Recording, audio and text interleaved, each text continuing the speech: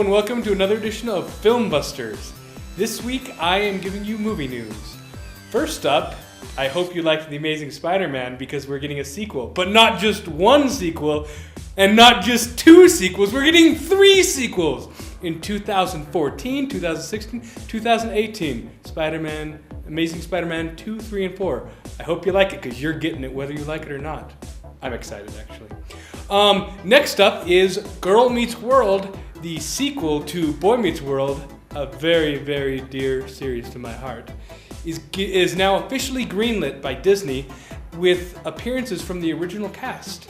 It's going to be starring Carey and Topanga as the parents of a daughter doing stuff in school. And Mr. Feeney's going to be there.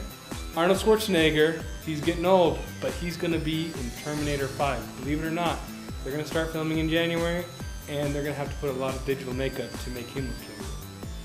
And now on to Jimmy for our review of Superman. Today I'm going to be talking about Man of Steel. As far as it goes, special effects wise, we're okay, but a bit shiny while it was on the planet of Krypton. I felt like there was a lot of just bright lights all over the place. First off, Russell Crowe did a good job, except for, however, when he and his wife were sending off Superman, for whatever reason, there was just not as much emotion as I would like there to be. As far as the cheesy acting and dialogue goes, man, whoever wrote the script, I think there was one part where somebody actually said, in this voice, "You saved us." The cinematography was a bit rough for the film. I thought that they put all of the good shots in the trailer, and I was like, oh, this is going to be such a beautiful movie. And I got there and I was like, they had the best shots in the trailer. So the actors in this movie, such as Henry Cavill, who played Clark Kent, I've never heard of him before, but he did a pretty good job as Superman. Amy Adams did a pretty good job of being Lois Lane, I thought, but the chemistry between those two was rough, man. Like, I didn't feel like they had any emotion or attachment to each other. So it just felt like, to me, sure, they did a good job on their own, but never really mingled. I just wanted to see more of that, more development of Superman. Hey guys, Mago here, and in a galaxy not so far, far away, we have acquired the video suggested review of the week. The film I'm reviewing today is Spock full of hilarious moments, pop culture sci-fi references, and of course, Star Wars puns. This movie is called Fanboys. In this insanely nerdy comedy, we follow a group of Star Wars obsessed childhood friends who reunite with their straight-laced friend from high school who has been Han Soloing it the last few years as an unhappy car salesman. After discovering that their friend Linus has been diagnosed with a terminal illness, they propose that they are going to go on an epic road trip to make up for lost time. The destination? George Lucas's ranch, where they plan to steal a copy of Star Wars Episode 1 before it's released.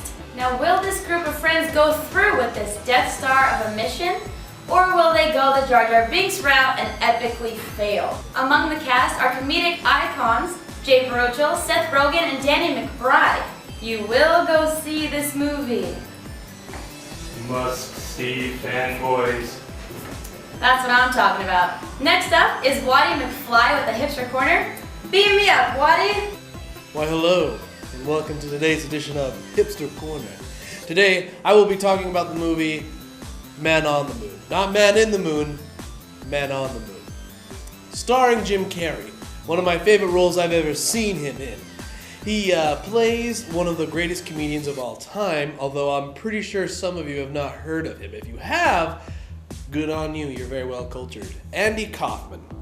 This story is about Andy Kaufman. Basically, it's a life story about where this comedian came from. And I'm sorry, he doesn't like to be called a comedian. He was an original hipster comedian. He is an entertainer. Another cool thing why I really like this movie is when it goes back to see like how Andy Kaufman's life was played, it has the original people that he actually like interacted with. Like he was on the really famous TV show Taxi. All of the original actors are with Jim Carrey as he's playing Andy Kaufman in the Taxi. So they basically redid Taxi, but instead of Andy Kaufman, they used Jim Carrey. This guy was like the original like prankster, and he did it in front of live TV. So when you go see this movie, or you go watch this movie, make sure you keep in that state of mind. This isn't your normal movie, and you'll watch it being like, I don't know what this is. But trust me, and you may have to watch it a second time, but trust me, this is a good movie, and if you want to see, I think, the best performance Jim Carrey's ever done, this is the best movie that you should watch. Please watch the movies we suggest. We want to know what you think about them. Please share us with your friends, like us, subscribe, and be sure that next week you suggest another viewer review so that we can continue reviewing the movies that you suggest. Thank you, everyone, and until next week. I wish bubbles came out.